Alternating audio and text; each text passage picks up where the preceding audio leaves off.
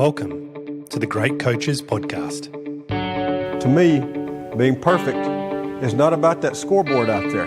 This is a chance of a lifetime. When you can understand the person, you can then work towards a common goal. We are all on the same team. Know your role and do it to the best of your ability. Focus on the fundamentals. We've gone over time and time again. Your defense has got to be better. Leave no doubt tonight. Great moments are born from great opportunity. Hello and welcome to the Great Coaches Podcast. My name is Paul Barnett, and here on the podcast we believe that there is no algorithm for leadership, and so we interview great sports coaches from around the world to try and find ideas to help all of us be better leaders. Today's podcast is a posthumous interview with the great American basketball coach Pat Summitt. As a player, Pat won a silver medal at the 1976 Olympics and then transitioned into coaching, leading the USA team to a gold at the 1984 Olympics. However, it's as a coach of the Tennessee Lady Vols basketball team from 1974 to 2012 that she is most famous.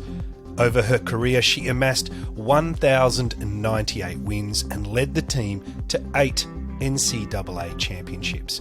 She was inducted into the Women's Basketball Hall of Fame in 1999 and was named the Naismith Basketball Coach of the Century in 2000. In 2012, she was awarded the Presidential Medal of Freedom. After 38 years leading Tennessee, she retired from coaching at the age of 59 due to a diagnosis of early onset Alzheimer's disease. She would eventually pass away in 2016 at the age of 64. She is mentioned so frequently by the basketball coaches that we interview that I've decided to learn more about her life, and this led me to put together a posthumous interview with her based on her words. I used 3 books to create the discussion, all of which she wrote. The names of those books are in the show notes, and I hired an actor to speak those words, and that's what you'll hear today. This episode was fascinating to put together. Pat's coaching style was, by her own admission, very challenging. But in the context of her background and the times in which she was coaching, I can understand why it was this way. And just before we go to the interview, today's podcast is brought to you by the Macquarie University Business School's MBA program. Designed to empower, challenge and transform, the Macquarie MBA gives you the business skills and knowledge you need to succeed in an evolving global economy. The program bridges the gap between theory and real-world application, bringing together world-leading professors, executives, and industry partners to teach you how business can be used for good. I have just started working with the team at Macquarie on some projects and can attest to the quality of the people and material. To find out more, search for Macquarie University Business School's MBA. And now please enjoy our posthumous interview with Pat Summitt. You're listening to the Great Coaches Podcast. Pat was born in Clarksville, Tennessee, and raised on a farm with her 3 brothers and 1 sister. She was expected to contribute to farm work and learnt very early about the importance of playing your role and work ethic. It was also with her post-chore games of basketball with her brothers that her competitiveness was formed. But I could not stand to lose. It had something to do, I understood vaguely, with how I was raised, the 4th of 5 children and the first girl in a southern farm family. Outside in the fields, I was treated the same as my older brothers, namely like a farmhand. I did the same work as a man, but in every other instance, women came in second and had to fight for respect. And I was going to prove I could come in first. I couldn't stand to be second at anything, a bet, a dare, a race, or the nightly games of basketball with my brothers in the hayloft. If I lost, I'd tell them, we're going to play again after the finish our supper. If I lost again after supper, I'd say, we're going to stay out here all night. We'd play until I was winning side. because I had no intentions of going to bed in second place. But it's her relationship with her emotionally undemonstrative father that would complement this competitiveness and create a drive to succeed. I would spend the coming years driven by a craving for his approval, absolutely determined to show I am a winner who deserves love and praise. But there was another consequence, too, a certain wounded inwardness. My father also understood that part of what drove me professionally was the inability to ever please him enough to get a compliment from him. Pat saw coaching as a vocation, a role that transcended sports and was how you could help people see their potential. Coaching isn't social work, but it's more than just a game.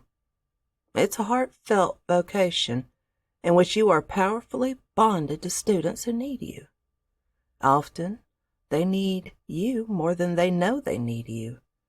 It's a job that engages all your mind and muscle and spirit, a job in which you grab kids by the arm and pull them out of their respective emotional fires, whatever that fire is, and show them what real self-worth looks like. But this was not the view she started out with as a 22-year-old coach, leading players that she was only 1 year older than. It took time, and it wasn't until 1980, aged 33, that she felt her understanding of the role and the impact it could have on her players had developed. Looking back on it, that first team put up with an awful lot from their young, hard-headed coach. I was reluctant to get too friendly with them or even a laugh, because it might undermine my authority. I built a wall so they would know that despite our ages, I was in charge. My style was intentionally barking and intimidating. By 1980, I was finally becoming a more creative, resourceful coach. I no longer thought I had to be in control of everything and everybody. In fact, there was one thing I'd realized. It was that once the game starts, a coach can't physically control what's happening. You can't move bodies from point A to point B. The job of a coach wasn't about being a martinet. It was about preparing people to make good independent decisions. Getting them on the right spots at the right time was as much a matter of understanding them and talking to them as it was of directing their traffic. Her understanding of the role of the coach was built from the purpose that drove her. As I read more about Pat, I wondered if this purpose was something her parents saw in her long before she did. I say this because in her early teens, the family relocated so Pat could live nearer to a school with a female basketball team, and would later make sacrifices to ensure she would go to college. They most definitely saw her potential as an athlete. But I sense, perhaps as a father myself, that they could see a fire within her that would light a spark with others. What I had instead was a deep, inarticulate purpose. I wanted to change things in the most solid, demonstrable way for young women like me, help broaden their lives and choices through athletics. I wanted to help other women be strong. If I had to sum up my feelings at the time, I'm not sure I could have. But the writer, Nora Ephron, would say it years later for me. Above all, be the heroine of your life, not the victim, she said. That right there was the heart of my conviction. She also talked about this purpose when she reflected on the Olympic medal she won in 1976. I remember feeling that an Olympic medal was a monumentous achievement for a girl from Henrietta, Tennessee, just as it was for a girl from Monroe, Georgia, or Cleveland, Mississippi, or Far Rockaway, New York. And I remember the understanding that came with it. When you set a goal of such distant possibility and reach it, you gain an insight into what it takes that lasts the rest of your life. It felt utterly life-altering. To summon the competitiveness to work every single day for a goal that was months and even years ahead was the most invaluable lesson I'd ever learn. I thought I could accomplish anything, and I thought I could teach it to others. As Pat's understanding of the role of the coach developed, her appreciation of the role of care began to grow. And within that, an understanding of the impact it could have on helping her find ways to motivate each person as an individual and drive the team. The better I got to know our players, the more I was able to search out their competitive personalities, find their insecurities, and shore them up. No two players were alike. Some were average adolescents with the usual sensitive feelings. Others had truly serious deficits. I was learning that they each had different pressure points, and that was the interesting part of the job. I picked up a saying from the legendary UCLA coach John Wooden: I don't treat them all the same, but I treat them all fairly. I asked all our players to achieve the same standard, but I couldn't ask all of them in the same way. Some took longer than others, and I'd think, how long do I have to wait before she gets it? How could I harangue them and drive them at 4:30 in the morning and get results? Why did they accept it instead of quit or revolt? The answer was that I had become sure of and secure in my relationships with our players. My demandings was based in a fundamental sense that every kid had potential greatness in her, and they understood that because I made it clear to them. I learned the single most important principle of teaching. They don't care how much you know unless they know how much you care. Fortunately, they were gifted and resilient, and the stresses of the program usually developed them in the end. But some didn't always get the caring part, only the yelling. Some felt used, some didn't like the white lady with the southern accent barking at them. Each night at home, I would hold my son Tyler and chew my lip over whether I was being too harsh. Pat's focus on care would eventually grow into her belief that the team was like a family to her, and she wanted this family ethos to form the foundation of her program at Tennessee. The thing I tried to emphasize first and foremost was that we were all a family, and you take care of and protect your family. We literally lived together. We traveled together, ate together, practiced together, did community service projects together, had classes and even summer school and camps together. Add it all up, and we spent around 300 days a year together. I constantly tried to find new ways to get the family message across. I began to write our players' notes because I knew that getting mail from home was important to kids at college. It occurred to me that when I had recruited them, I sent them warm notes and encouraging letters all the time. Written words from me had attracted them to Tennessee in the first place. But once they got to campus, they no longer heard from me in that way. I didn't want them to suddenly stop getting mail from me, I decided. So I began to jot down thoughts and encouragements and stick them in their lockers. It was a personal touch that I wanted them to have. I could say the same thing 25 times, but when it was written down, just reading it once in permanent ink could make all the difference. There were still times when players mistook my tough love for all toughness and no love. The problem with running a team like a family is that it raises the emotional pitch. The investment is deeper, but you can also be disappointed and hurt by each other. One thing that all families do is fight, and they don't always fight fair. And within this family, Pat understood that she would have to work with the emotional states of the players if she was going to unlock their potential. Human beings are not socket wrenches. They are extremely complicated, enormously inconsistent, and they change emotional shape on you all the time. What you see is rarely what you get. I'm here to tell you that young women are especially complex. They could be alternately innocent and calculating, stubborn and malleable, selfish and affectionate. It isn't always apparent what their strengths and weaknesses are. They are riddled with insecurities and frailties, some of them pretty carefully hidden. I've spent my life trying to understand our players. They still fool me all the time. All coaches are emotional manipulators at heart, and I was the very best of them.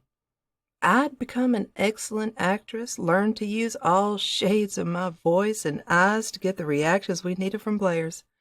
I could be warm or withholding depending on what served the team, and usually what looked like temper on my part was calculated. Pat complemented the philosophy of a team as a family with her definite dozen, which was a set of principles she used to set the guardrails within the team. She outlines these principles in her book, Reach for the Summitt. Rather than repeat them here, I've linked the themes she talks about to build a picture of how she approaches leadership.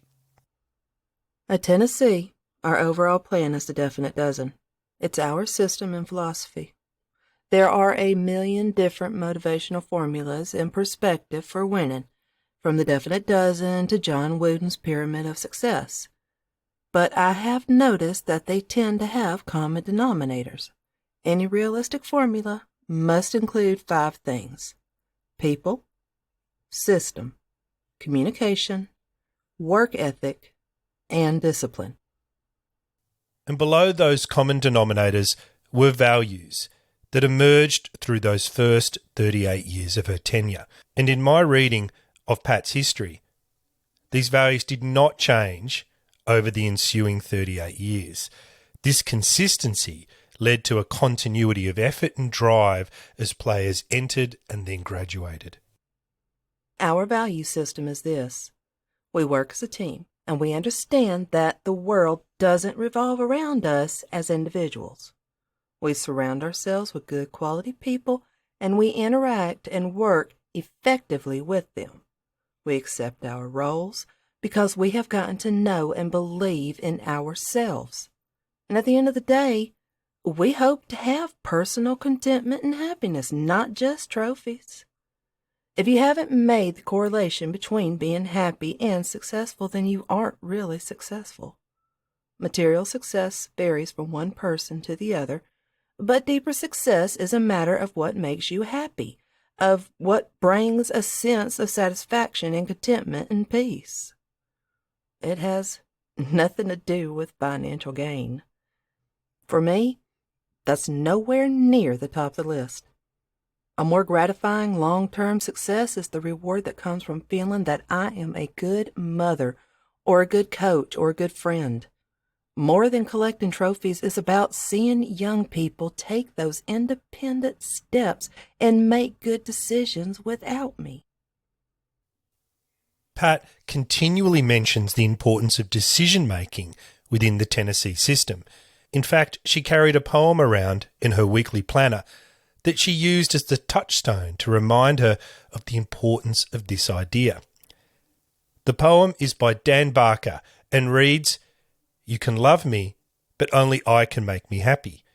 You can teach me, but only I can do the learning. You can lead me, but only I can walk the path. You can promote me, but I have to succeed. You can coach me, but I have to win the game. You can even pity me, but I have to bear the sorrow. For the gift of love is not a food that feeds me. It is the sunshine that nourishes that which I must finally harvest for myself. So if you love me, don't just sing me your song, teach me to sing, for when I am alone, I will need the melody." It wasn't just about working hard on the court either. Everything within our system was increasingly designed to teach players to make good, independent judgments. I was beginning to change the way we practiced.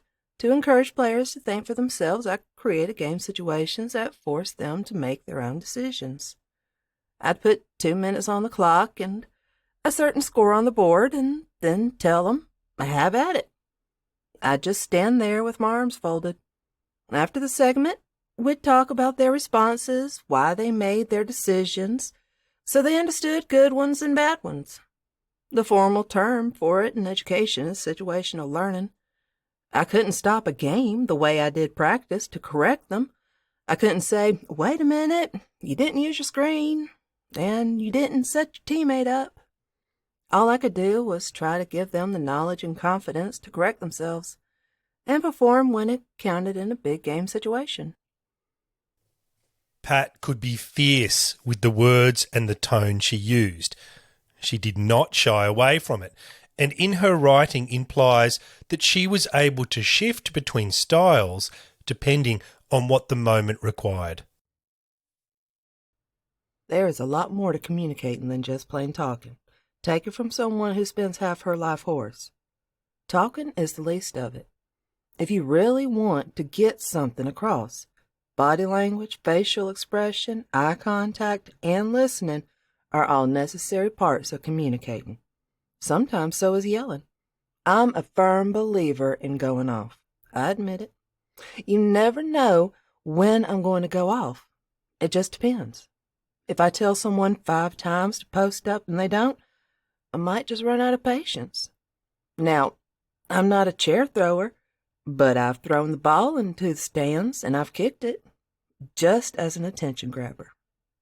There are also times when all I have to do is look at somebody to make her hear me.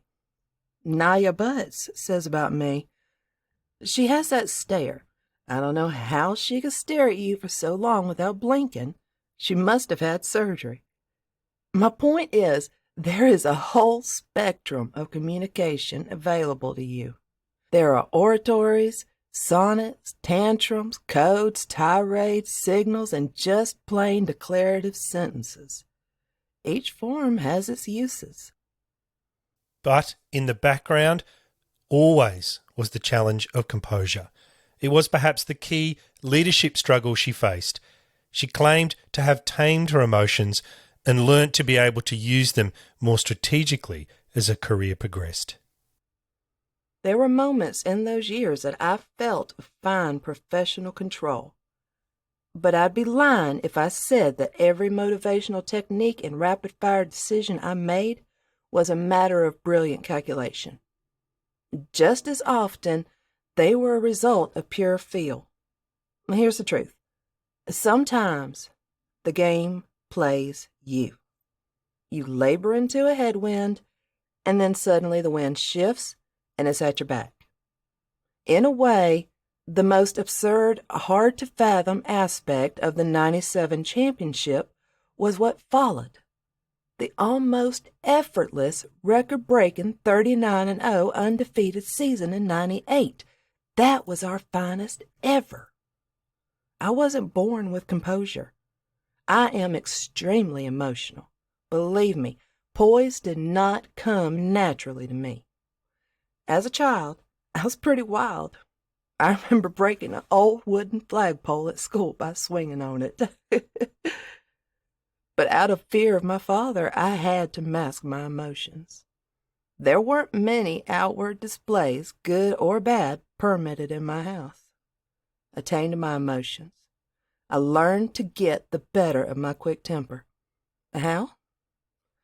An analogy would be driving in the snow. You don't slam on your brakes when you see an accident coming or feel yourself slipping. You drive slow and steady, but it takes a lot of practice at driving in the snow before you get a feel for it. The same is true in life.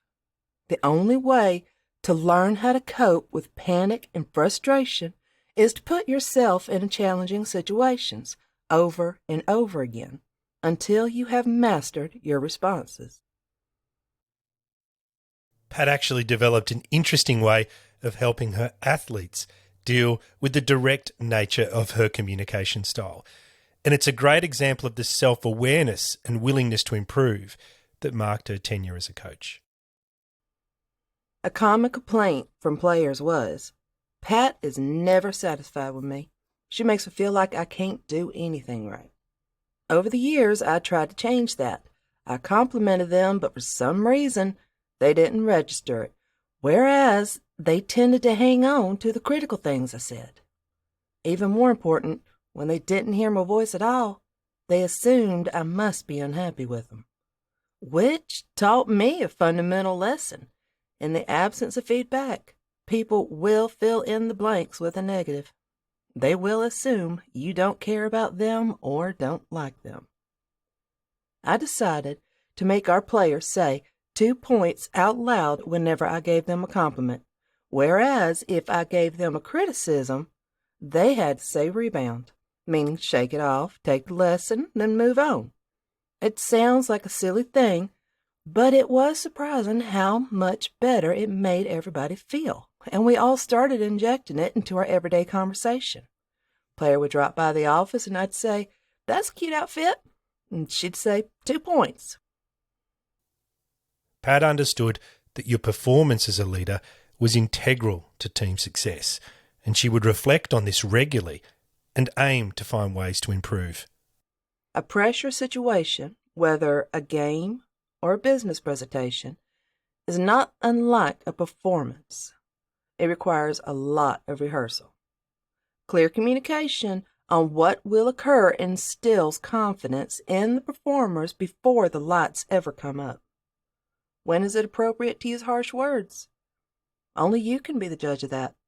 But I'll say this: they must be used in combination with praise. What I don't condone is berating players. Negative reinforcement must be used sparingly. My father taught me that.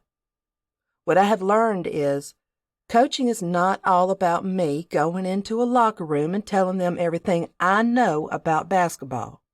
It's a matter of knowing how they think and feel and what they want and what's important in their lives. Listening has allowed me to be a better coach. Pat was self-aware enough to know that the punishing aspect of her practice sessions, combined with the emotional nature of her communication style, might sometimes go too far.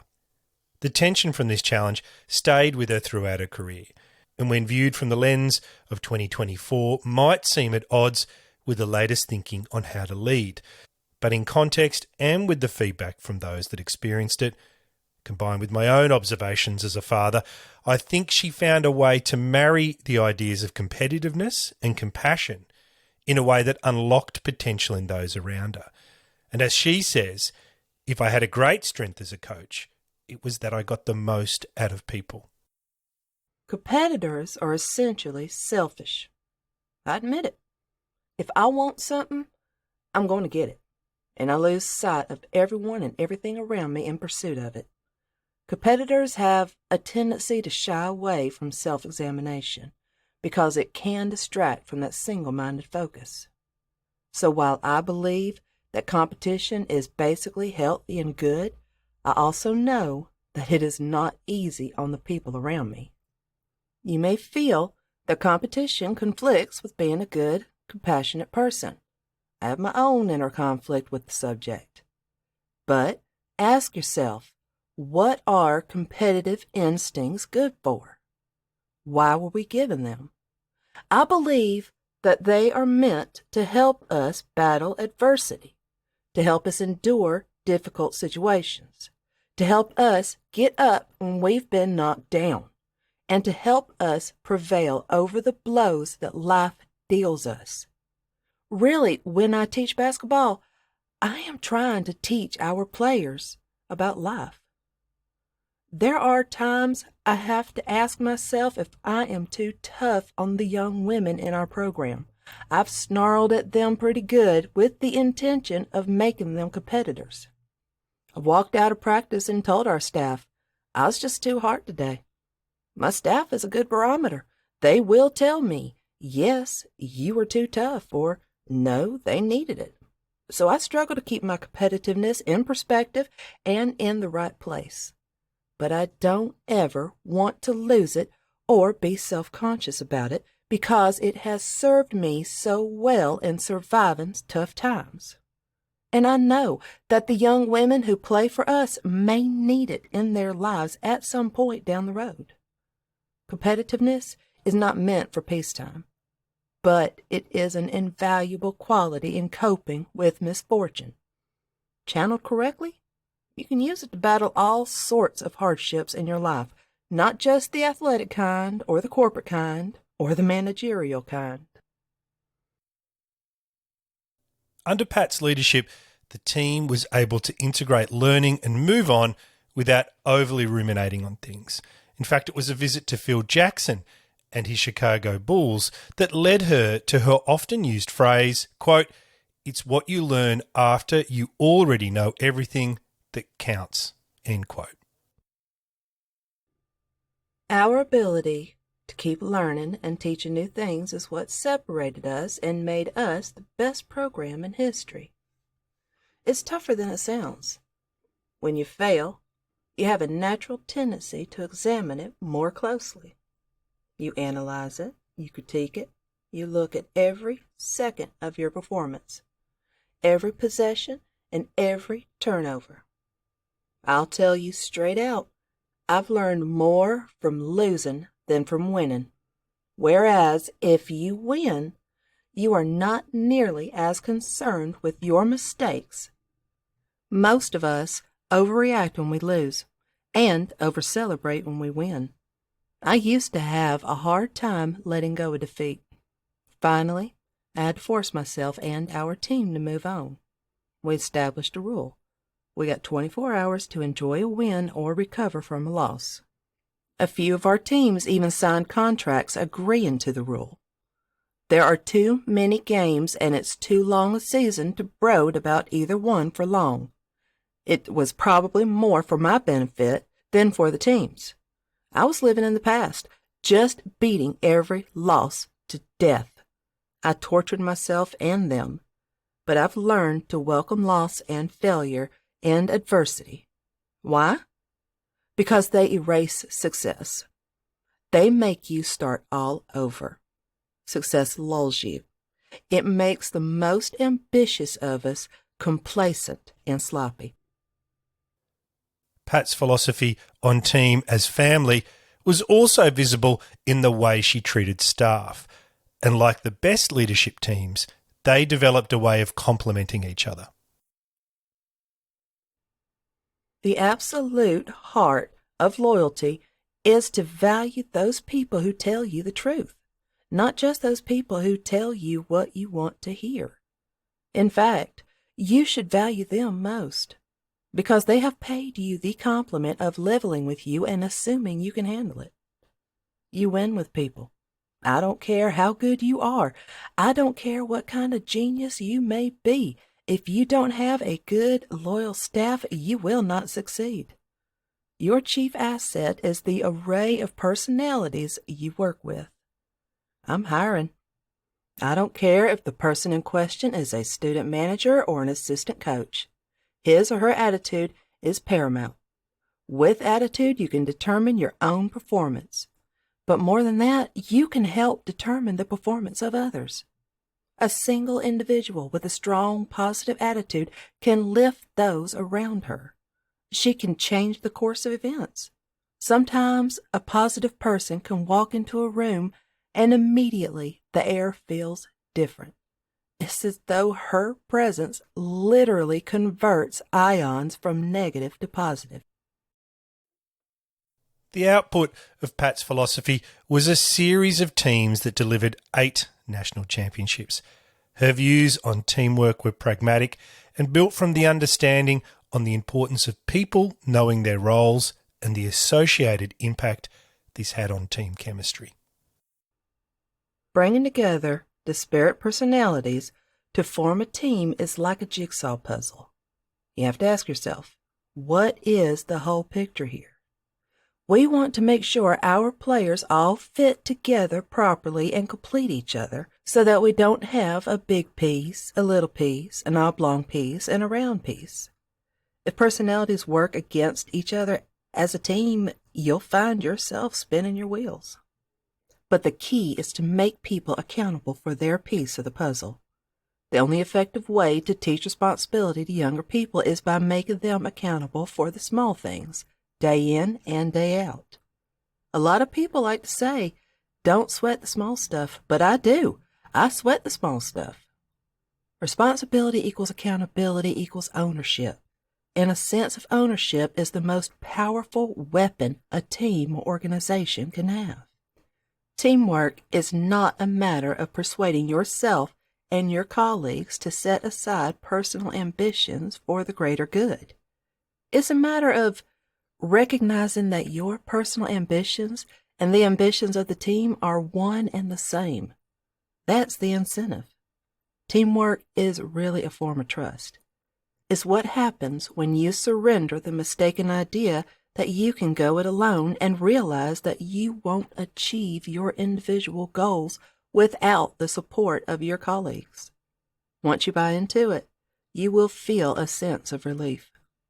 It's like relaxing into a chair after a long day on your feet.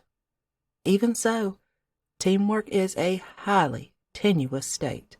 It has to be tended to and cultivated every day because it doesn't take much to disrupt it. A single unhappy troublemaker, a murmured complaint at the end of the bench can undo it. So can personal jealousies, whispering campaigns, meddlesome parents. When you're dealing with highly charged, competitive individuals, egos invariably clash.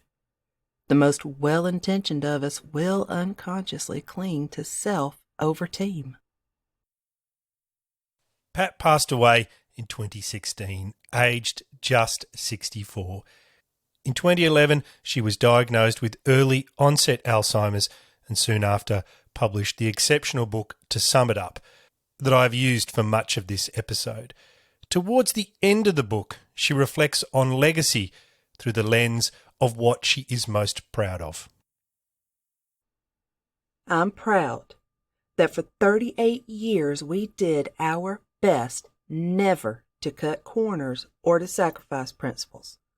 I'm proud that we stood the test of time and that appreciation grew in our players once they graduated for how we went about our business and that they understood that we were hard on them because we wanted them to be more. I'm proud that we grew the game of women's basketball from an intramural played in pinafores into a sport played on national television, in domes, in front of sell-out crowds of 25,000. I'm proud that even after all these years, we still did things we didn't have to do. Be generous to our competitors, help younger coaches, stand and talk to fans, sign autographs, grant open access to our program. I'm proud of the intense loyalty among our former players, 74 of whom became teachers or coaches in their own right. I'm proud that our players always come back to visit Tennessee, that my home is a place they return to when things are difficult in their lives, when they're injured or struggling personally, and that we're glued together by so much trust and affection.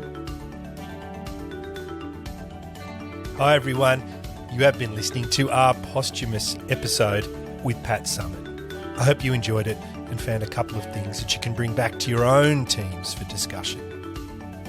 There were so many interesting parts of Pat's story that stayed with me afterwards. Things like her views on emotional manipulation, the way she approached debriefing and moving on from a game, and I think the way that she was also able to marry the ideas of compassion and competitiveness for young women. I hope you enjoyed it as much as we did. And just before we go, if you have any feedback, then please let us know. Just like Michelle Allen, who, after listening to our Sir Matt Busby episode, said, "Absolutely loved this episode. Thanks for all the time and care you put into crafting it." We love the interaction with the people around the world who listen. And so if you have any feedback or comments, please let us know. And if they're positive ones, then please let a friend or two know as well. All the details on how to connect with us are in the show notes or on our website, thegreatcoachespodcast.com.